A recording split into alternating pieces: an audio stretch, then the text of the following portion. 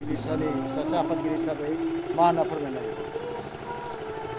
गिबियाव आं नोंथांमोनखौ बयखौबो हामलायनायजों लोगोसे साबायखर बावहरनो लुबैबाय, साबायखर बावबाय। दा दिनै माने सिभिल डिस्ट्रिक्ट हिसाबै उदालगुरि जिल्लायाव मोननै बिसाया दङ। उदालगुरि पार्ट, बेथिं उदालगुरि जिल्ला, नैबेथिं भेरगाव जिल्ला बिसा। दिनै भेरगाव जिल्ला बिसाया सानसेनि हाबाफारि लानानै मेहेरगोनां हाबाफारि महरगिरिफोरनि सिनायथि लालायनाय एबा लोगो हमलायनाय बे हाबाफारिखौ लादों। बे हाबाफारिखौ बानजायदों बिसायानो जिल्ला आफादा, आफादगिरि नेहाथारि बिथांमोनजों लोगोसे जेसेबांखिनि माने बिबानगिरि दङ बिथांमोना बानजायदों। आरो बे हाबाफारियावहायनो आं बाहागो लाफैनानै बिसानिनो सासे माने दैदेनगिरि हिसाबै, बिबानगिरि हिसाबै गोजोननाय मोनदों। आरो बेवहाय जोंनि बिसायाव सोमोन्दो थानाय महरगिरि बिथांमोना लैहोर लैहोर बयबो फैदों। आरो बिथांमोननि थांखि बिथांखि बेखौ लानानै बेवहाय जोङो रायज्लायनाय जादों। जोंनि समस्याफ्रा माब्रै, थांनाय समफ्राव माब्रै जों मा फेस खालामबोखो, आरो दा इयुनाव फैबाय थानाय समावहाय जों बोरैहाय जों बिसा हिसाबै थांनानै थानो बा महरगिरि हिसाबै थांनानै थानो, बेनि थाखाय जोङो साबजेक्ट लानानै बा आयदा लानानै जों रायज्लायबाय। दा बेवहाय बयबो कमेन्टस होलायदों, गाव गावनि दुखु सुखु फोरमायलायदों आरो रंजादोंबो, मेथाइ गायदों, मोसादोंबो। जों बयबो खुसि जादों आरो दिनैनि बे हाबाफारियावहाय। खिन्थु बिसा हिसाबै जोंहा मावनो गोनां गोबां हाबाफारि दङ। दिनै जोङो गोदान सरकार, बिटिआर सरकारखौ बाख्नायगोन। बावैसो साननि सिगाङावहाय जोंनि मुंदांखा बर'नि सावथुन आलायारन, बे आलायारन सावथुनखौ माने नेगेटिभनिफ्राय मुम्बाइनिफ्राय लाबोनानै दायो जोंनि बर' समाजावहाय आरोबाव फिन माने आलायारनखौ गोदो 1986 मायथाइयाव जों जेरैबायदि आलायारन नुदोंमोन, थिग बेबादिनो जों नुफिनबावगोन। आरो बे आलायारननि गेजेरजों जोंनि माहारियावहाय जोंनि गेना गोरोन्थि थानाय माखासे मेसेजफोरखौ जों होनो हागोन। आरो लोगोसे बे सावथुन मुलुगावहाय जोंखौ थांना थानायनि थाखाय निस्सय आर्टिस्टफोरनि थाखाय गोदान सरकारा खामानि मावगोन। आरो गोदान सरकार आसाम सरकारनिफ्रायबो निस्सय जोङो आसा दोङो, आसा फारिनाय थादों जे बिथांमोना निस्सयকৈ जोंनि बर' आर्टिस्टफोरनो जेसेबांखिनि माने हेल्प होनांगौ बा माने थुलुंगा होनांगौ निस्सयকৈ होगोन। बावैसो नैबे बाइ इलेक्सना जोबखांनायनि उनाव जों बिटिआरनि चिफ मानजासाव प्रमद बरपेटाखौबो जों लोगो हमगोन बिसा हिसाबै, मिरु बिसा हिसाबै। आरो बिथांखौ लोगो हमखांनायनि उनावहाय जोङो आसाम सरकारनि गिबि मन्थ्रि डक्टर हिमन्त बिश्व शर्माखौबो लोगो हमगोन। एज ए हल बिसानि समयसा बा आर्टिस्टफोरनि समयसा बेखौ लानानै जों रायज्लायगोन। आरो बे समयसाफ्रा निस्सयকৈ एसेब्लाबो फैबाय थानाय समफ्राव माने सुफुंजागोन होननानै आं आसा फारिदों। भाइरेल भिडिअ'खौ सम सम जों मोनबाय, बिनि सायाव जोङो रेमेडि पलिसिबो जों लाबाय, जों रायज्लायदोंबो। आरो जायफ्रा माने साजा मोनथावथाव जोंनि आर्टिस्टफोर बिथांमोनखौ जोङो बिसानिफ्राय आउट खालामदों। आरो रायज्लायनायनि गेजेरजों समाधान जाहाथे जों जायो, बेनि थाखाय जों दा बिसाया खामानि मावबाय थादों। जों दुसिनो नागिराखै, जायफ्रा गोरोन्थि मावदों गोरोन्थियानो मावखादों बिथांमोना, माहारिनि थाखाय मोजां खामानि मावाखै। बेखौ जों बिसाल' नङा, गुबुन गुबुन अर्गेनाइजेसनफ्राबो निस्सयকৈ दुखु मोनगोन, गाज्रि मोनगोन। जोंनि हारिमुवा बिश्वनि दुवारबाराव माने धोनि महरै जों दायो महर होनो हादोंब्लाबो लासै लासै, खिन्थु जों बिसिम सहैनो हायाखै। जोंनि माने सावथुनजों सोमोन्दो लाखिनानै खामानि मावग्रा आर्टिस्टफ्रा बिसिम सहैनाय माने जाथ'वाखै। जे जोंनि माने आखुथायफोरखौ जे माने बे सावथुननि गेजेरजों गोरलैयै जों फकास खालामनो हागोन, गाज्रि सावथुनखौबो बेबायदि स्टेजाव जों सफैयाखै। बेखायनो जोङो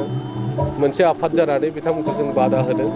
तागिदा होदों। आरो जों हांख्रायदों, खावलायदों जाहाथे इयुनफ्राव फैबाय थानाय समावबो जोंनि जोंनि सावथुन दिहुनगिरि, जाय प्रडिउसारानो जाया मानो, एक्टर एक्ट्रिसआनो जाया मानो, आरो बे माने फिल्म इन्डास्ट्रिजों जायफ्रा सोमोन्दो दङ बिथांमोना अरजाथावै, समाजनि अरजाथावै खामानि जाहाथे मावा, बेनि थाखाय जोङो गोख्रोङै बिथांमोनखौ जों हांख्रायनाय जादों, खावलायनाय जादों। आरो बेनि थाखाय निस्सयকৈ जों मोजां फिथाइ मोनगोन, बेखौ जोङो बोसारथिनाय जादों। गोबां महर बिथांमोनखौ दैखांना लाबोनायाव माबायदि अरिहना जादों? बे सोंलुआनो सिखारबाय थायो। जिहेतु सासे जेनेरेसनखौ इनकाम जेनेरेट खालामनो नांगौ जायोब्ला गिबियाव फिनेन्सियेलि एज थानांगौ, हेल्प थानांगौ। बे हेल्पखौ जोङो दिनैनिल' बाथ्रा नङा, गोदो समनिफ्रायनो जायफोर सिनियर आर्टिस्ट बिथांमोनाबो दिनैसिमबो आसाम सरकारनिफ्रायानो जाया मानो, बा बिटिसि सरकारनिफ्राय जाया मानो, बा मिरु सरकारनिफ्रायनो जाया मानो, बिथांमोना जि रांनि अनसुंथाइ मोननांगौ दिनैसिम मोनाखै बर' आर्टिस्ट हिसाबै। दा बेखायनो जोङो खावलायगोन, हारिमु आफादाबो खावलायो गुबुन गुबुन अर्गेनाइजेसनफ्रावहाय बे बिथिङाव खामानि मावनाय दैदेनगिरि बिबानगिरि बिथांमोनाबो निसयखय खावलायो जाहाथे आर्टिस्टफ्रा मोननांगौ मोन्थायखौ मोनो आरो मोननांगौ मोन्थायखौ मोनोब्ला निसयखय बिथांमोननि साननायफ्रा मोगथाङावहाय जाफुंगोन दिनै मोजां सासे जेनेरेसना ओंखारबोबाय थादों जायखिजाया कम्पिटिसनाव एडभान्स जाबाय पास जाबाय उथ्रिनो हाबाय दिनै जेनेबा निकिता बर'नि खोथाखौनो बुं मासुम नार्जारिनि खोथाखौनो बुं प्रणिता स्वर्गियारिनि खोथाखौनो बुं दा बे बेलायाव आरो जेनेबा बिथांमोना साननैसो हाइलाइट जाबाय साननैसो फकास जाबाय नाथाय बिथांमोननि पार्मानेन्ट सेटेलमेन्टआ मा जागोन खुलुमबाय बयबो रादाब बुथुमगिरि नोंथांमोननिसिम आं मोनफा मोनफा रादाबनि मुंखौ आं बुंसनलासै आं बयनिसिमबो आंनि बा भेरगाव जिल्ला बिसानि गाहाय नेहाथारि जानानै आं नोंथांमोननिसिम आंनि गाहाम हामलायनायखौ बावहरबाय दिनै जोङो सेन्ट्रेल एबा मिरुनि बिथोन बायदियै जिहेतु गेट टुगेदार लानाय हाबाफारि बिथोन हरनाय बायदियै जों दिनै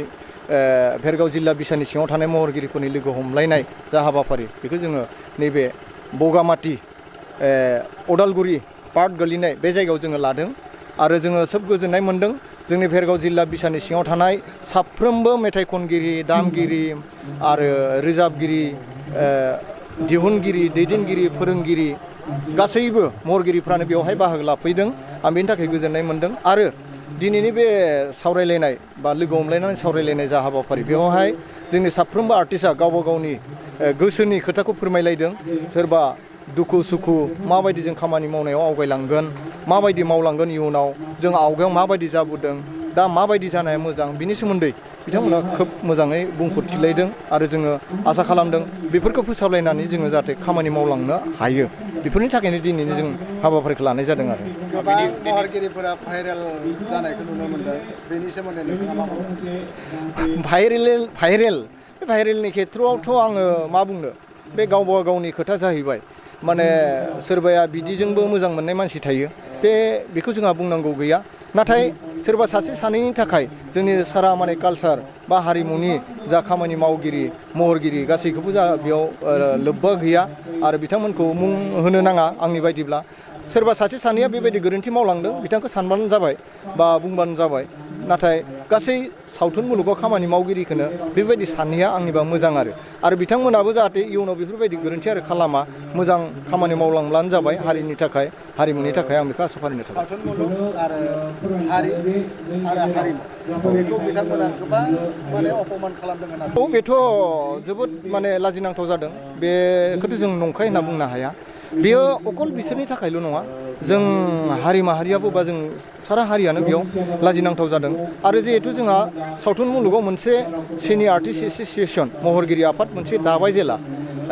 बिसोरनि सायाव जोंनि महरगिरिफोरनि आफादनि सायाव जोंनि बर' माहारिफ्रा बर' रायजो राजाफ्रा एसे सोनारनानै दङ जे बिथांमोना निस्सय बिथांमोननि सायाव माबा मोनसे इनिसियेटिभ लागोन आरो बेबायदि रायजो राजानि खावलायनाय बायदियै जोंनि सेन्ट्रेल बिसाया सावरायलायनानै बिथांमोनखौ माने बे सावथुन मुलुगनिफ्राय एरख'ना दोननो गोनां जाबाय जाहाथे एरख'ना दोनबाय होननायनि उनाव जायाखै बिथांमोना आरो गाज्रिसिन जाथों बिथांमोनाबो मोजां मानसि जाथों मोजां लामाजों आगान सुरलांथोंसै जि जाबाय जों बेखौ खावलायदों बिथांमोन बायदि मानसिया जुदि थाबाय थायोब्ला बा बिथांमोना जुदि खनले जुदि बेबायदि नांलाय खमलाय फेसबुकनि गेजेरजों बेखौ रायलाय बेखौ बुंलाय अनेक बुंबाय थानाया गाज्रि जादों आरो बेबायदि जानो नाङा खनसेयाथ' माने गोरोन्थि जाखागोन बेखौ जोंबो माने एसां हमस्लाबबाय थायाखैमोन आरो खिन्थु जिथु बिथांमोननि बेखौ बे रायज्लायबाय थानाय बुंलायबाय थानाय बेखौ जों अखयज' मोनबाय बर' रायजो राजाफ्रा अखयज' मोनबाय बिनि थाखायसो बिथांमोनखौ बे इनिसियेटिभखौ लानो गोनां जादों आरो जोंनि सेन्ट्रेलाव औ जिहेथु जोंहा सेन्ट्रेल बिसाया मोनफ्रोमबो बोसोराव मा होनना बुङो बेस्ट एक्टर एक्ट्रिस मिउजिशियान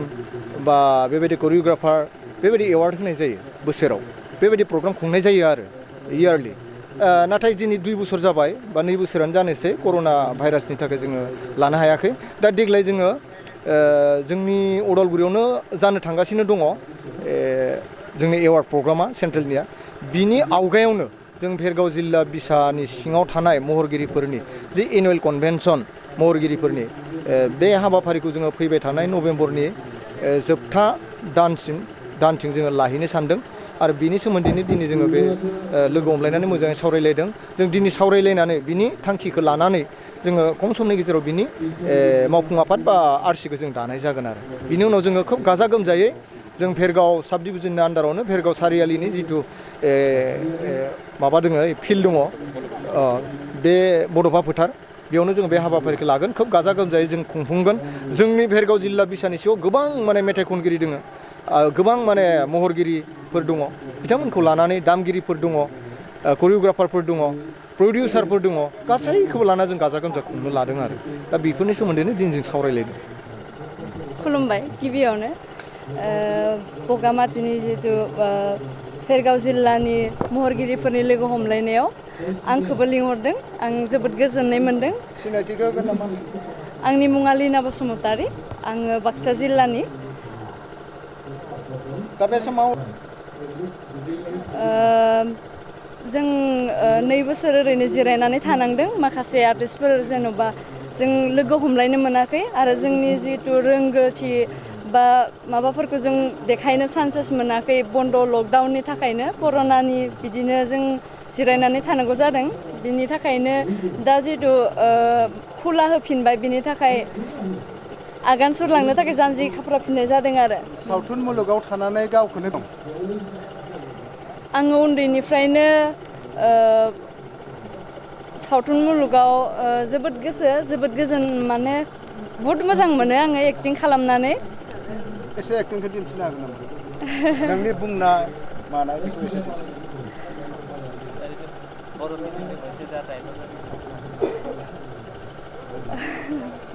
नों सावथुनाव